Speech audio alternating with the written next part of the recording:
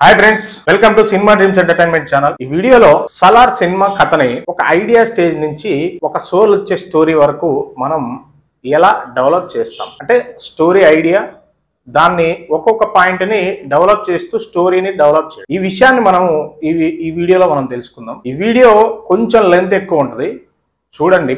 Idea మనకు ఒకటి spark అయింది. ఈ స్పార్క్ ఐడియా నుంచి మనం దీన్ని స్టోరీగా ఎలా డెవలప్ చేద్దాం, దీని తర్వాత మనము ఆ స్టోరీకి సెటప్స్, స్క్రీన్ ప్లే, డైలాగ్స్ ఇవన్నీ కూడా ఎలా రాయాలి అనేది నెక్స్ట్ వీడియోస్లో మనం చెప్పుకుందాం. మీరు సబ్స్క్రైబ్ చేస్తే, లైక్ చేస్తే నాకు కొంచెం బూస్టింగ్ వస్తుంది. వీడియోస్ అందరికీ చాలా మందికి అందే అవకాశం ఉంది. సో సబ్స్క్రైబ్ చేయండి.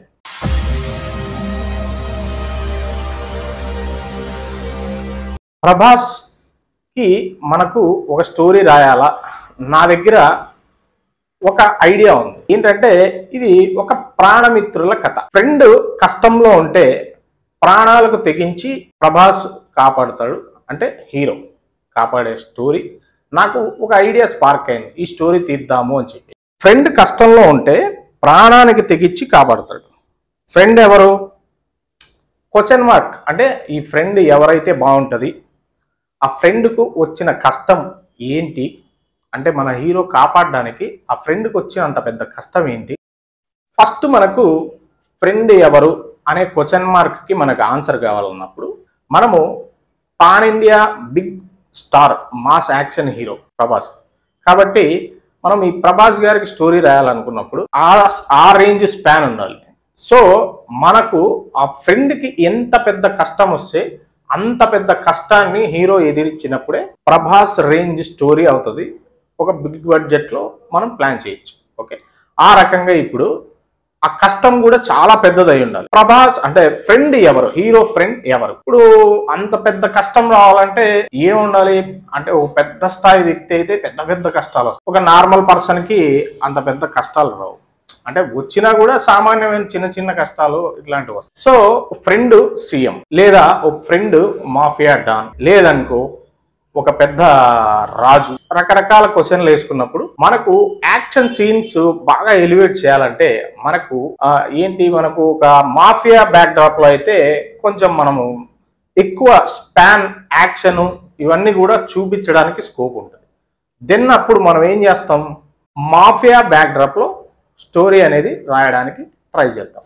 ఇది ఒక ఐడియా, అంటే స్టోరీ ఐడియాని ఇప్పుడు మనకు ఒక ఐడియా స్పార్క్ అయితే ఈ ఐడియా నుంచి మనము చిన్నగా అలా డెవలప్ చేయడం అనమాట. అంటే ఈ ఎవరు, ఆ పెద్ద కష్టం ఏంటి, అంటే మనకున్న పరిస్థితులను బట్టి ఆ చిన్న స్పార్క్ అయిన ఐడియాని ఇలా స్ప్రెడ్ చేసుకుంటాం. ఇప్పుడు మనము ఆ మాఫియా బ్యాక్ డ్రాప్లో చేద్దాం అనుకున్నాం కదా.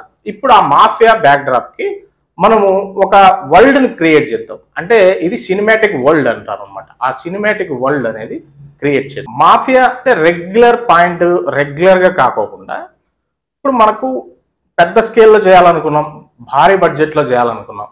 చిన్న మాఫియా అయితే ఏదో గన్స్తో కాల్చుకోవడము ఇలాంటివి, ఇది చాలా రొటీన్ అయిపోతుంది.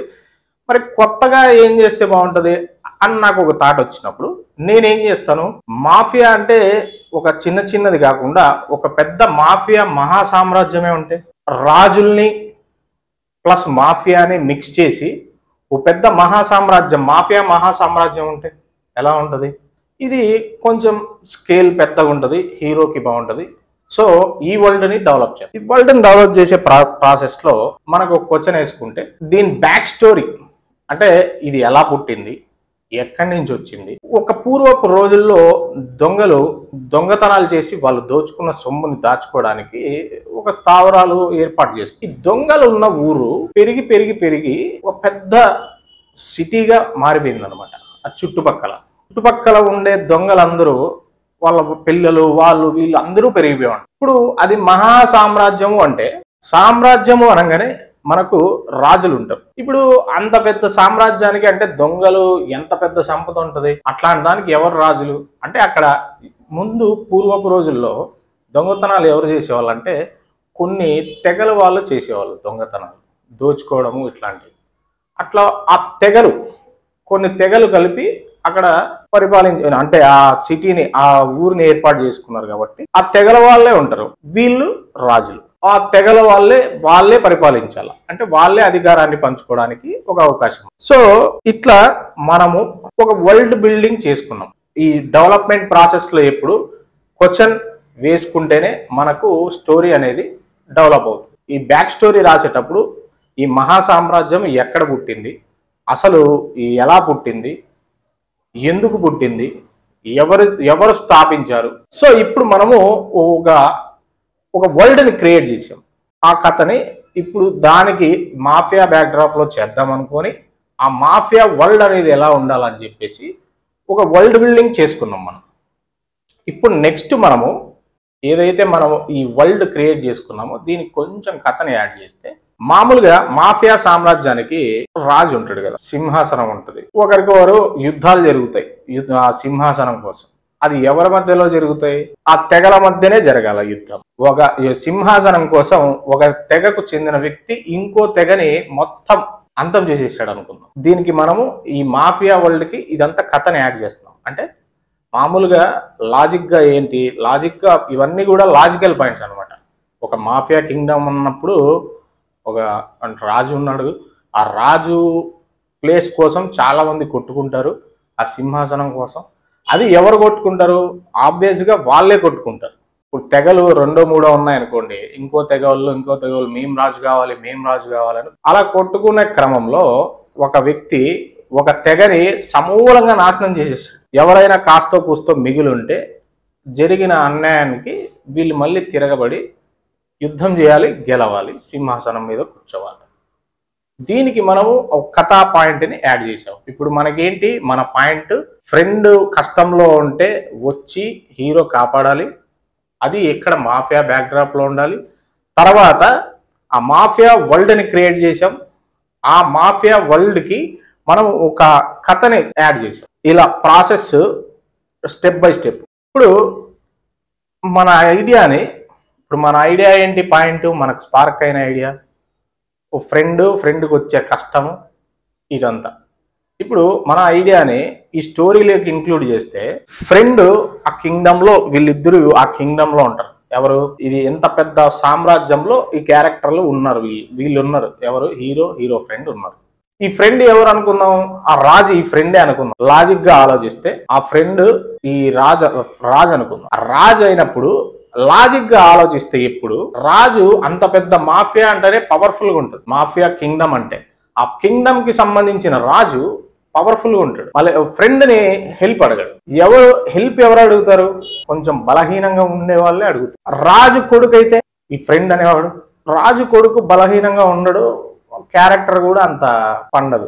రాజు కొడుకే పవర్ఫుల్నెస్ ఉంటది కానీ బలహీనంగా ఉండదు. అప్పుడు మనకు రాజుకు 2 భార్యలు అనుకుందాం. రెండో భార్య కొడుకు అనుకుంటే ఆటోమేటిక్ గా కొంచెం మొదటి భార్య సంతానానికి రెండో భార్య సంతానం అంటే కొంచెం ఆ క్లాషెస్ అవి జరుగుతాయి. కాబట్టి ఎవరైనా కూడా ఏమనుకుంటారు, మా సింహాసనం కోసం కానీ మా వారసత్వానికి అడ్డం రాకూడదని చెప్పి ఎదగకుండా ఇప్పుడు ఎప్పుడైతే రెండో భార్య కొడుకు మన హీరో ఫ్రెండ్ అంటే, ఆ రెండో భార్య కొడుకు ఆ హీరో అంటే ఎదగకుండా చంపేయాలనుకుంటారు. ఓకే, అది పెరిగి పెద్దయిన తర్వాత డౌట్ వచ్చి చంపేయాలనుకున్నప్పుడు మన హీరో వచ్చి కాపాడతాడు. మన పాయింట్ ని ఈ స్టోరీలో ఇలా ఇంక్లూడ్ చేశాం. కింగ్డమ్ కి మన ఫ్రెండ్ రాజుగా సరిపోడు, ఎందుకంటే రాజు అనేవాడు చాలా పవర్ఫుల్గా ఉంటాడు.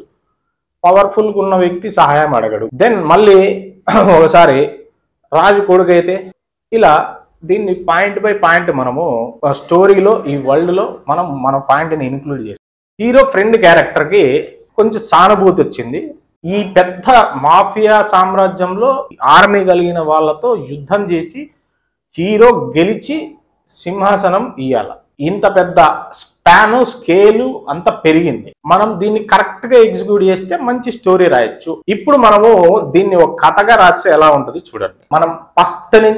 మనం మొదటి నుంచి ఏమైతే చిన్న ఐడియా స్థాయి నుంచి మనం డెవలప్ చేస్తూ ఒక ఆ వరల్డ్ తర్వాత దానికి ఒక బ్యాక్ స్టోరీ, ఆ బ్యాక్ స్టోరీ తర్వాత ఒక కథ డెవలప్మెంట్ చిన్నగా అలా చేసి దాన్ని మన కథలోకి మన పాయింట్ని ఇన్క్లూడ్ చేసి మొత్తం ఈ ప్రాసెస్ తర్వాత దీన్ని ఒక కథగా రాస్తే ఎలా ఉంటుంది, ఒక 4-5 లైన్లలో చూడండి. ఒక మాఫియా సామ్రాజ్యంలో ఇద్దరు ఫ్రెండ్స్ ఉన్నారు. రాజు, చిన్న భార్య, కొడుకు. ఇంకో ఫ్రెండ్ మామూలు వ్యక్తి. ఇద్దరు ఉన్నారు. ఒకరి కోసం ఒకరు ప్రాణాలు ఇచ్చేంత స్నేహం వాళ్ళ.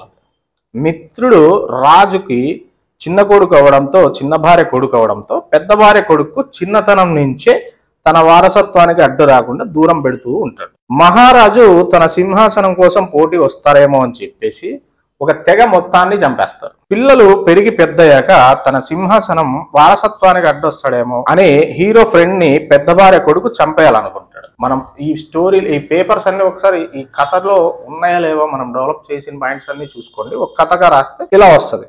ఆ క్రమంలో పెద్ద పెద్ద ఆర్మీతో పాటు తనతో పాటు ఇంకా కొంతమందిని యాడ్ చేసుకొని వస్తాడనమాట. అప్పుడు చంపేయాలనుకున్నప్పుడు మన హీరో మన ఫ్రెండ్ని కాపాడే క్రమంలో వీళ్ళందరితో ఈ ఆర్మీతో యుద్ధం చేసి గెలిచి సింహాసనాన్ని తన ఫ్రెండ్కి ఇస్తాడు. ఇప్పుడు మనకి ఈ పాయింట్ ఎలా డెవలప్ అయింది, ఒక స్టోరీగా ఫామ్ అయింది, ఒక కథగా, అంటే ఒక లైన్, ఒక సోల్ వచ్చింది దీనికి. మనం అనుకున్న పాయింట్ ఈ వరల్డ్ బిల్డింగ్, ఆ వరల్డ్ కి ఒక బ్యాక్ స్టోరీ, తర్వాత మన పాయింట్ ని ఆ స్టోరీ ఆ వరల్డ్ లో ఇంక్లూడ్ చేసాం. మొత్తం ఆ పాయింట్ ని అంతా కూడా కొంచెం ఇంప్రూవ్మెంట్ చేసిన తర్వాత ఈ స్టోరీ ఇలా ఒక ఫార్మాట్ కి వచ్చింది. ఇప్పుడు చూడండి మీరు, దీనికి కొంచెం యాడ్ ఆన్స్ అంటే కొన్ని సెటప్స్, తర్వాత దీన్ని ఒక స్క్రీన్ ప్లే ఒక సింగిల్ లైన్ ఆర్డర్లో రాసి, దీనికి సీన్స్ వర్షన్ వేసి, దీనికి డైలాగ్స్ రాసి ఒక లైన్గా మనము ఎలా చేయాలి అనేది నెక్స్ట్ వీడియోస్లో మనం తెలుసుకుందాం. సో ఫ్రెండ్స్, ఇప్పుడు అర్థమైంది కదా, ఒక చిన్న పాయింట్ని మనము ఇలా డెవలప్ చేస్తూ ఒక సోల్ ఉన్న స్టోరీగా మార్చాం. సో ఫ్రెండ్స్, ఈ వీడియో కనుక మీకు నచ్చినట్టయితే లైక్ చేయండి, షేర్ చేయండి. సినిమా డ్రీమ్స్ ఎంటర్టైన్మెంట్ ఛానల్ని సబ్స్క్రైబ్ చేసుకోండి. ఈ వీడియో పైన మీ కామెంట్ కింద మాత్రం ఖచ్చితంగా మీ అభిప్రాయాన్ని కామెంట్ చేయండి. కామెంట్, లైక్, షేర్, సబ్స్క్రైబ్ ఇవి మాత్రం మర్చిపోద్దు. నాకు బూస్టింగ్ ఇవ్వండి. నేను మంచి వీడియోస్ నేను ట్రై చేస్తాను. Thank you very much friends. By.